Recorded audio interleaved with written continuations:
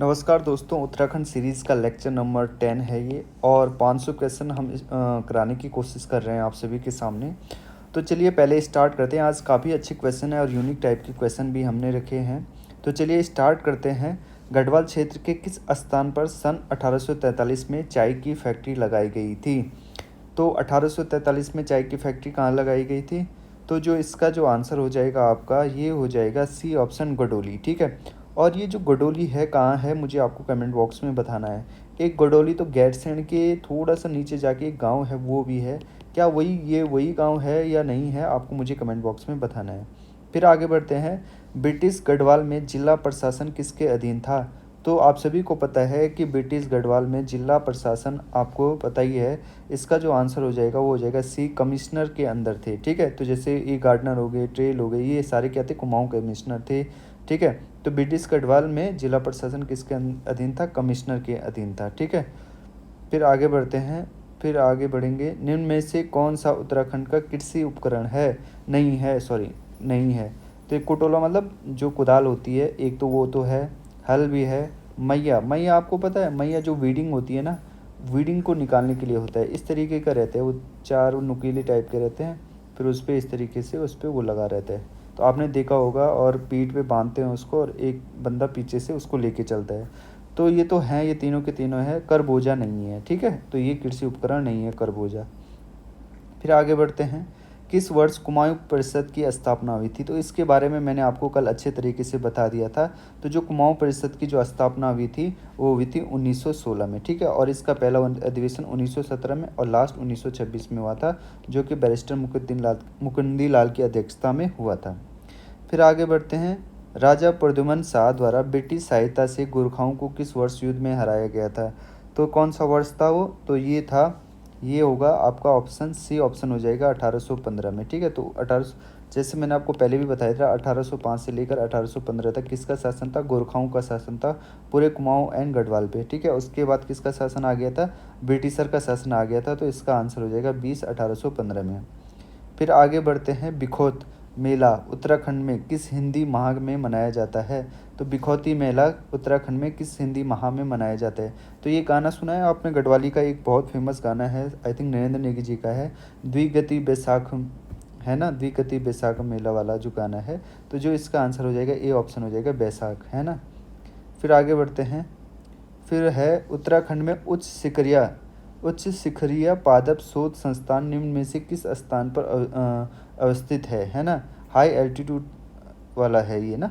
उत्तराखंड में उच्च शिखरीय पादप शोध संस्थान निम्न में से किस स्थान पर अवस्थित है? तो आप सभी को पता है कि ये है आपका पौड़ी जिले के श्रीनगर में। ए ऑप्शन इसका हो जाएगा। ठीक है। फिर आगे बढ़ते हैं। प्राचीन समय में उत्तराखंड का असंचित भूमि को कहा जाता है, नॉन इरिगेटेड लैंड को क्या कहा जाता था प्राचीन समय में? तो ये कहा जाता था उपरांव। ठीक है। इंग्लिश में बोलेंगे उपरांव। ठीक है, इस तरीके से। तो ये सी ऑप्शन इसका हो जाएगा। इजर क्या होता है, तालाब क्या होता है, आपको मुझे कमेंट बॉक्स में बताना है। ठीक है। फिर आगे बढ़ते हैं। निम्न में से कौन सा पर्वतीय दर्रा उत्तराखंड राज्य में स्थित नहीं है? तो सभी दर्रे आपको लगभग अब तो याद हो ही गए होंगे। लिपुलेख तो अपने उत्तराखंड में ही है, पिथौरागढ़ डिस्ट्रिक्ट में। माणा तो अपने ही चमोली में है। नोमा भी अपने उत्तराखंड में है। और जो सिपिकला है ये आप सभी को पता है हिमाचल प्रदेश में है ना। तो इसका जो आंसर नहीं पूछा है तो बी ऑप्शन हो जाएगा इसका आंसर। फिर आगे बढ़ते हैं। हमारा निम्न में से कौन सी राजपूत उपजाति सूर्यवंशी मानी जाती है? तो कौन सी मानी जाती है? कौन सी राजपूत उपजाति सूर्यवंशी मानी जाती है? तो जो आपका इसका जो आंसर हो जाएगा वो हो जाएगा आपका बी ऑप्शन, पाल जनजाति। ठीक है। ध्यान रखिएगा, वेरी वेरी इंपॉर्टेंट। आज के जितने भी क्वेश्चन है ना वो थोड़ा यूनिक है और ये पूछे जाने की संभावना है, ये सारी की सारी क्वेश्चन, तो आपको अच्छे से याद रखना है इनके नाम। ठीक है। गढ़वाल मंडल में चालंदा, चालंदा मतलब चलने वाला, घूमने वाला, के नाम से किस स्थानीय देवता को जाना जाता है? तो किसको जाना जाता है? तो ये आंसर हो जाएगा आपका इसका महासु देवता। ठीक है। महासु देवता आप सभी को पता है जौनसारियों से रिलेटेड है ना। तो बी ऑप्शन इसका हो जाएगा। फिर आगे बढ़ते हैं। गढ़ राजवंश का इतिहास की रचना किसने की थी? तो गढ़ राजवंश का इतिहास की रचना किसने की थी? तो इसका जो आपका आंसर हो जाएगा वो हो जाएगा आपका ए ऑप्शन, मौलाराम। और मैंने आपको बताया भी था कि जो मौलाराम है बहुत ही इंपॉर्टेंट हो जाते हैं उत्तराखंड के अंदर। ठीक है। फिर आगे बढ़ते हैं, हिल जात्रा लोक नाट्य का केंद्रीय पात्र कौन है? तो केंद्रीय पात्र कौन है हिल यात्रा का? तो आप सभी को पता है जो हमारी हिल यात्रा होती है ये पिथौरागढ़ के अंदर होती है ना। और इसका जो केंद्रीय पात्र होगा, आपका जो आंसर हो जाएगा इसका ए आंसर हो जाएगा लखिया भूत। ठीक है, ध्यान रखिएगा, लखिया भूत इंपॉर्टेंट क्वेश्चन बन जाता है ये भी। ठीक है, फिर आगे बढ़ते हैं, तुरी और रणसिंगा किस प्रकार के वाद्य यंत्र हैं? तुड़ी और रणसिंगा है ना, तो ये किसके? तुरी और रणसिंगा है ना, जो इस तरीके से फूंक मार के बजाए जाते हैं, तो ये है सुशिर वाद्य यंत्र। बी ऑप्शन इसका आंसर हो जाएगा। ठीक है, जो थोड़े थोड़े जो ये वाद्य यंत्र हैं उत्तराखंड के अंदर, उनके बारे में तो आपको ज़रूर जानना है, एक बार उनकी फ़ोटो भी ज़रूर देख लीजिएगा आप, है ना। फिर आगे बढ़ते हैं, उत्तराखंड की लोक कला अल्पना, ठीक है, अल्पना के लिए प्रचलित शब्द है। ठीक है, तो उत्तराखंड की जो लोक कला अल्पना के लिए प्रचलित शब्द क्या है? तो प्रचलित शब्द अल्पना के लिए है एपण। ठीक है, और मैं सही बताऊं, गढ़वाल में तो एपण को उतना ज़्यादा महत्व नहीं दिया जाता, या मैंने नहीं देखी शायद, बट कुमाऊं में तो जब मैं रहा हूं तो लोग अपने घरों की जो चौखट होती है ना, वहाँ पे बनाते हैं एपण, और अलग अलग त्योहारों पे एपण ज़रूर बनाती है, स्पेशली वहाँ की जो महिलाएं होती हैं एपण को बहुत बनाती हैं। तो ए ऑप्शन इसका हो जाएगा। फिर इसके आगे बढ़ते हैं, गढ़वाल समाचार का प्रकाशन किस वर्ष प्रारंभ हुआ था? तो मैंने आपको बोला था कि जो पत्रकारिता से रिलेटेड जो क्वेश्चन है और उनसे जुड़े हुए जो लोग हैं उनको ज़रूर ध्यान रखिएगा। तो जो गढ़वाल समाचार का प्रकाशन किस वर्ष हुआ था? तो ये हुआ था सन 1902 में। और अगर वहीं बोला जाए जो गढ़वाली समाचार पत्र था उसका जो प्रकाशन हुआ था वो कब हुआ था? तो हुआ था 1905 में। पहले गढ़वाल फिर गढ़वाली, याद रखिएगा। फिर उसके बाद आगे बढ़ते हैं, कुमाऊं का कौन सा स्थान रंगवाली पिछोड़ी के लिए प्रसिद्ध है ना?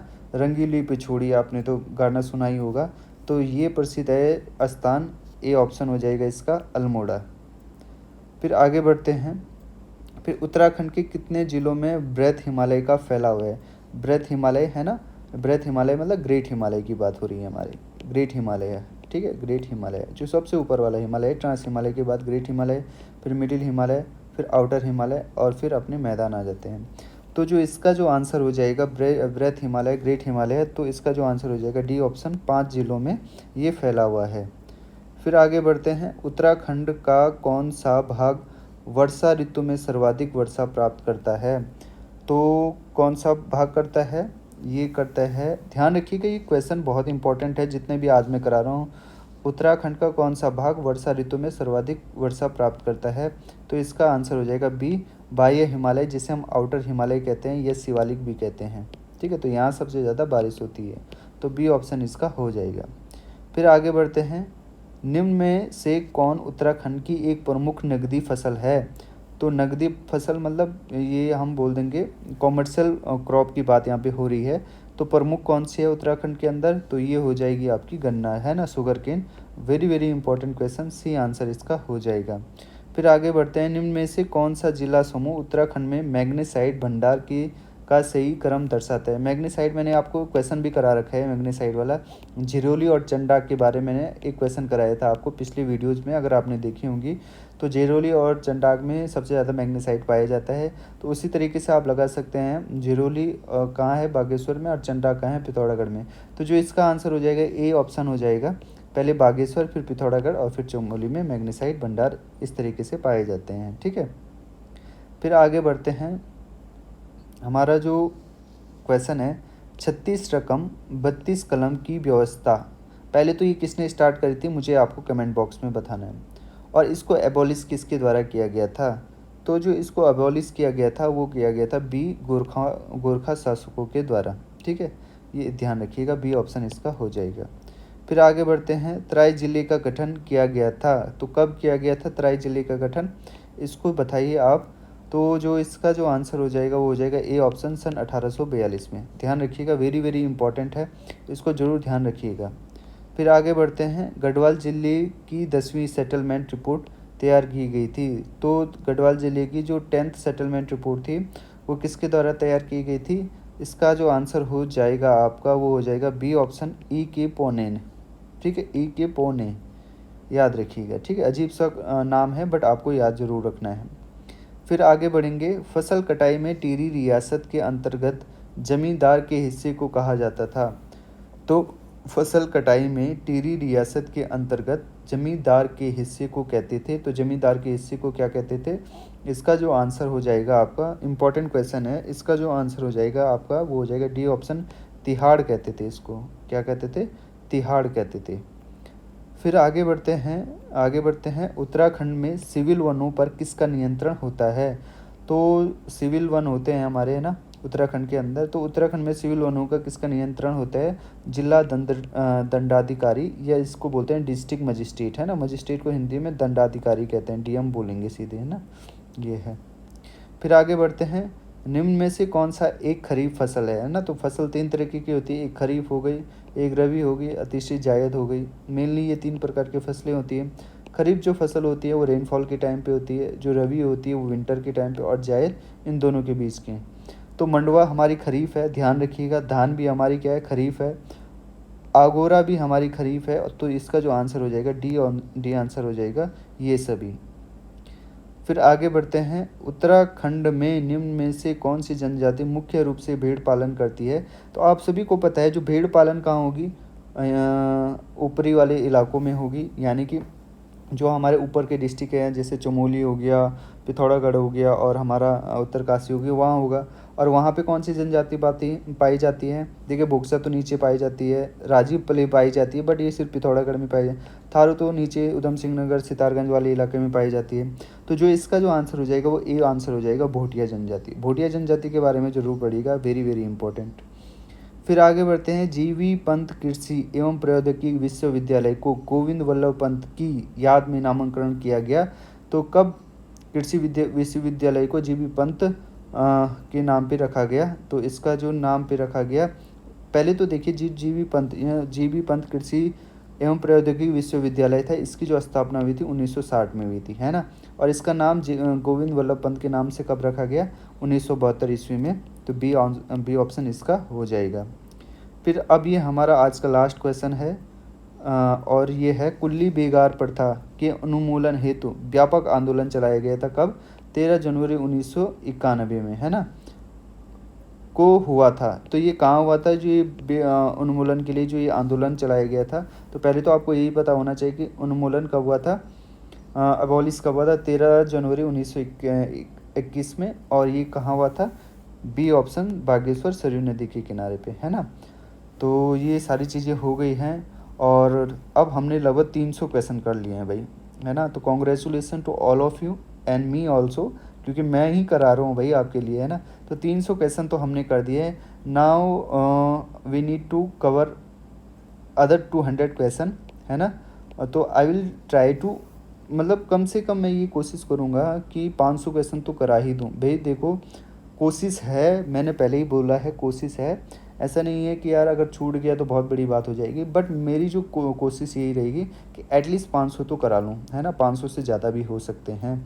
तो वीडियोज़ कैसे लग रही है आपको भैया, कमेंट बॉक्स में तो बता दिया करो भाई।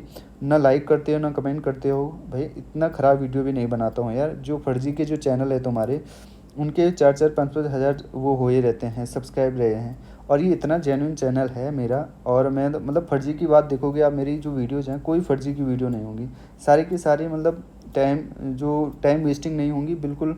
कुछ ना कुछ आपको वहाँ पे वैल्यू एडिशन ही मिलेगा एग्ज़ाम से रिलेटेड, है ना। तो अगर आपको सही लगता है तो शेयर भी कर लिया करो, है ना। तो तभी जाके ठीक लगता है। तो अभी के लिए इतना रखते हैं। थैंक यू दोस्तों।